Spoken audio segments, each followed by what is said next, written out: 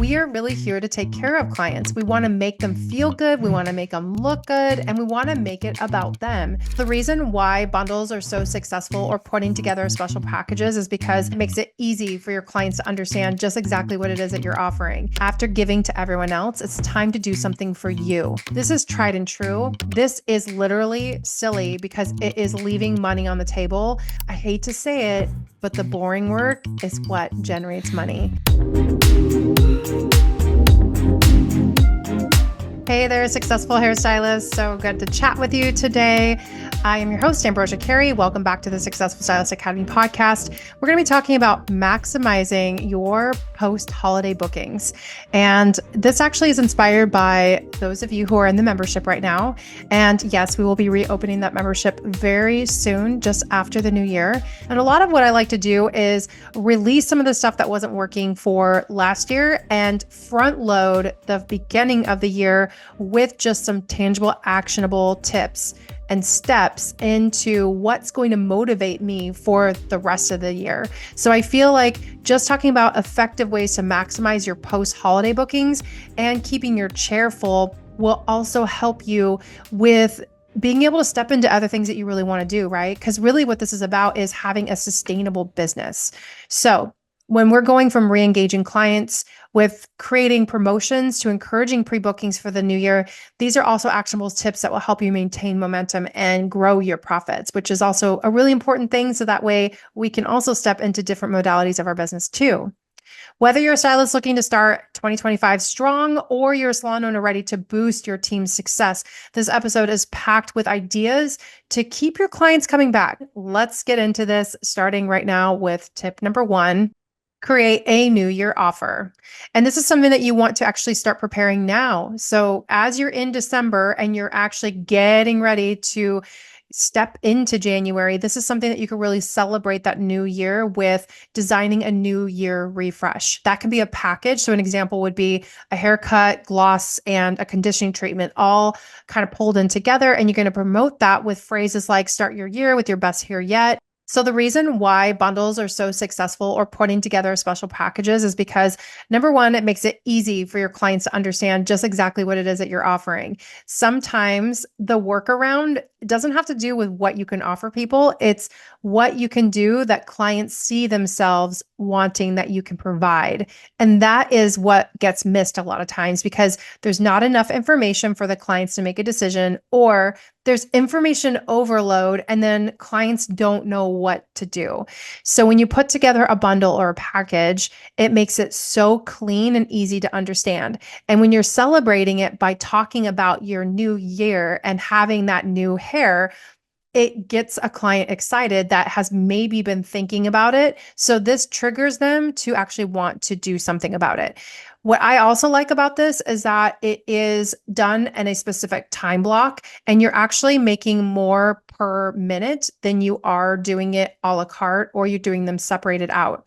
So a lot of times what I hear from stylists is that their color is the winner, and then they kind of add the haircut in as like a special promotion. And so the haircut just ends up kind of like getting squeezed on the underneath, and they just do like a light trim, or they just do the hair when it's dry, or they texturize it, or they'll just do a little skimming over the top, and they're not really like going into the haircut. So what I like about this is it creates more of like a romantic experience where you're really going from beginning to end. You're doing a haircut, you're doing something to give it shine and treating it. You're giving it something for reflection. You're giving it something for richness, and just it makes it feel like more of an experience. And that is what I like about bundles. Okay, moving into number 2. Number 2, we want to encourage our change with a new year, new you promotion. So it goes a little bit off of the first one that I was talking about, which was the bundling, but you can suggest a subtle change like adding in fringy bits or adding in a new tone or giving it more reflection or sheen, or you can put in more dimension or something like that. This gives a chance for you to create like some of that transformational story for your client.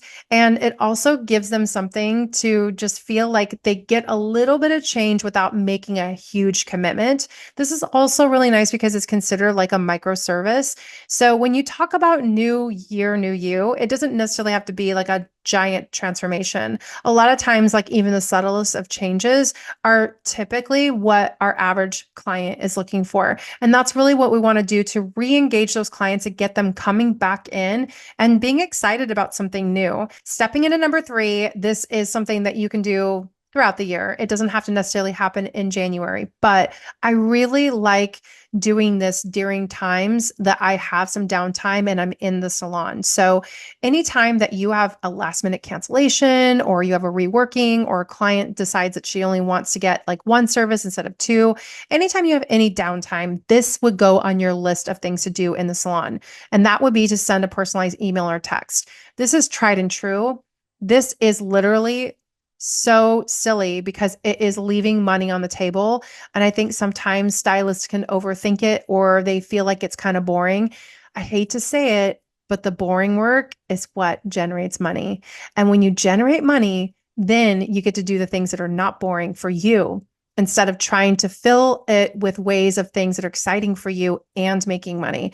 Sometimes just reverse engineering it, doing the services that actually bring in the money, that are consistent, that bring in income, that are something that your clients can rely on. And then you can afford to do the things that you really like to do. All right. I won't go on too much of a tangent. I'm going to step into number 4 now. Number 4 is positioning hair appointments as self-care. We've talked about this before. We're never going to stop talking about this, but when you message to your clients, you really want to make sure that you are recognizing the fact that they don't have to come into you, that this is still a luxury service. And your promotional messages would actually kind of capitalize on that. So an example of this could be after giving to everyone else, it's time to do something for you. We want to recognize that we offer a service that is not required. It is a luxury. And we want to make sure that we are positioning it in a way that we are really here to take care of clients. We want to make them feel good. We want to make them look good. And we want to make it about them. And so sometimes just by positioning it, and this is what I love about psychology, this is also what I love about marketing, is that you're marketing a message to someone that lets them know that you're thinking of them and that they are the hero of the story. And it's that simple. Sometimes we get a little confused and we want to focus on how we did it or why we did it or what we did, but really it's who we did it for. That is the biggest message of all. And who we did it for is all positioned around self-care. So if we use self-care as a general practice in our messaging, then a lot of times it just brings people back because they feel like they've made a relationship or interconnection with you. So try that the next time you actually send a message out. Okay, number 5. Hosting a good old-fashioned January giveaway. Yeah, baby. I mean, anything that you feel is not moving from the shelves or something that you want to reintroduce or a special discount or offer or product that you really want to highlight for the month, that's the best time to do it. So by offering a prize, you can do a free product or a discount for rebooking in January. So you want to incentivize your clients as the end of season rounds up. You guys are listening to this at the end of December, basically, but you can send that message to them at the end of this month, and they're going to get that in their inbox in January. Again, if you hear this later on, it really isn't something that needs to particularly happen at the beginning of the year. I just like to revisit best practices that build a sustainable business. And this, baby, is one of them. It's amazing how just simply utilizing the tools that you already have, not making things new, just repackaging them in such a way that is to the benefit, but it also gets things moving. If you have things on your shelves that you have already dusted a couple of times, or you're running through inventory and you've got New Year coming up, right? And you have to pay taxes on those products sitting on your shelves, what better time to, offer that free product or a prize?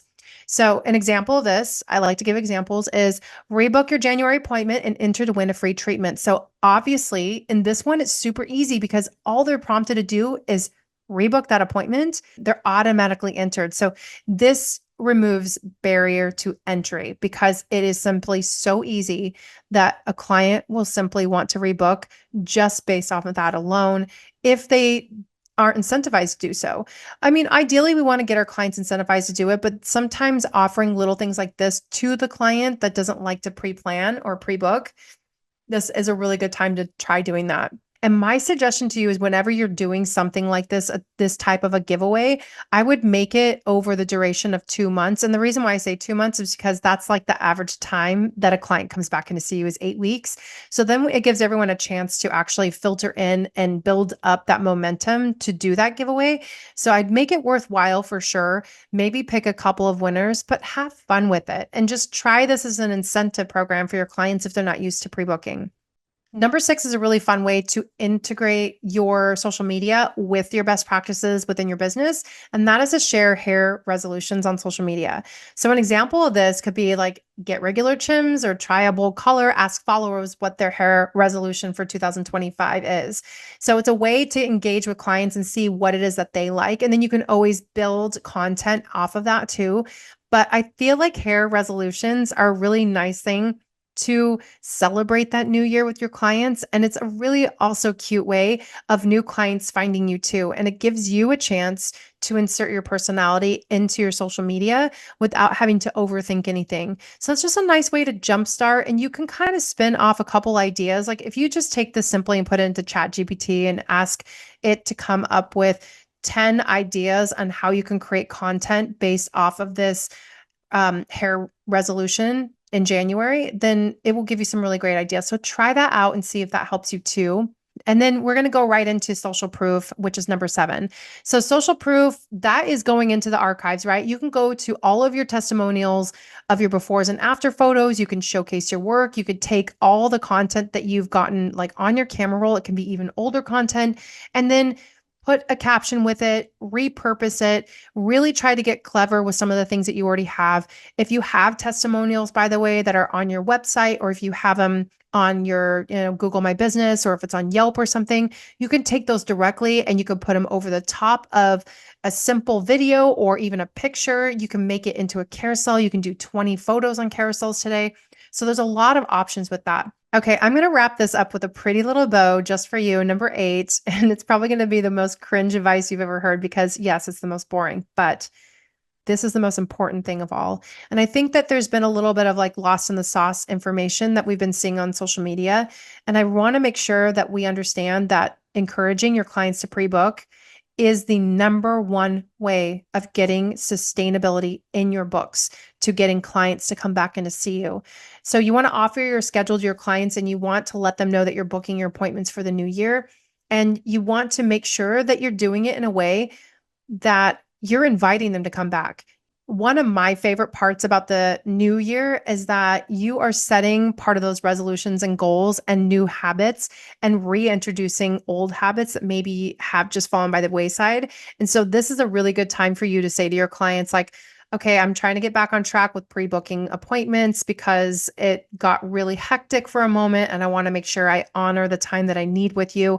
Make it about them. Remember what I was saying earlier in some previous tips. Like as long as you use the word you, it's about you. It's getting you in on the time that works best for you. What I love so much about the new year though is that you can make this part of your resolution and you get to invite clients to be a part of it. So if you haven't been the best about pre-booking, you can simply say, okay, one of my New Year's resolutions was to be more organized with my schedule so I could have the time that I really needed with my clients. That way, I don't have to make you wait an extra 1, 2, 3 weeks before you get your hair done. Like, I want to make sure that I'm offering the time slot that works best for you. Always make it about them. Remember what I was saying in that previous tip? It's always about you. So anytime you say to a client, let's find a spot that works best for your schedule, or let's get you in on a time that you love coming in, it changes the game. It makes it about so much more than you trying to just fill in your schedule and just make sure that you're making guaranteed money for the future. Very, very different. And I have to also preface this by saying your mindset, when you approach things that way, also, you will look at things differently. Clients will receive you differently. Your business will build up differently, and you're going to start running your business in a systematic way. And by doing these 8 steps all by itself, you will have a smooth running business. You don't have to do all the tricks. You don't have to be on social media all the time. Yes, being on social media is good for you, just like your social cred. Like that's good for morale, that's good for getting new business. But really, though, these 8 steps are tried and true. And there's such a great way to finish off the year strong and to step into the new year with new you. So, thank you so much for hanging out with me. I hope that you take these tips and run for your life with them. Dream big, set goals, take action. And by the way, of course, because I like to do the most, I actually created a template going over in detail what I just covered in today's episode. So instead of you having to rewind or take your own notes or even looking over the show notes, all you have to do is click at the very top, right in the show notes, and you will be able to download that template right away. And you will have that worksheet just to go off of to help you build out your new year. And in return, I have a huge ask. If you have listened to this show and you've liked it, please leave a review. That really does help the right people find us, more people like you. And I like to hear your feedback too. Anything that stands out for you, or if you want to hear more of in a future episode, I will definitely take that into account as well. And I look forward to seeing you next week. Take care.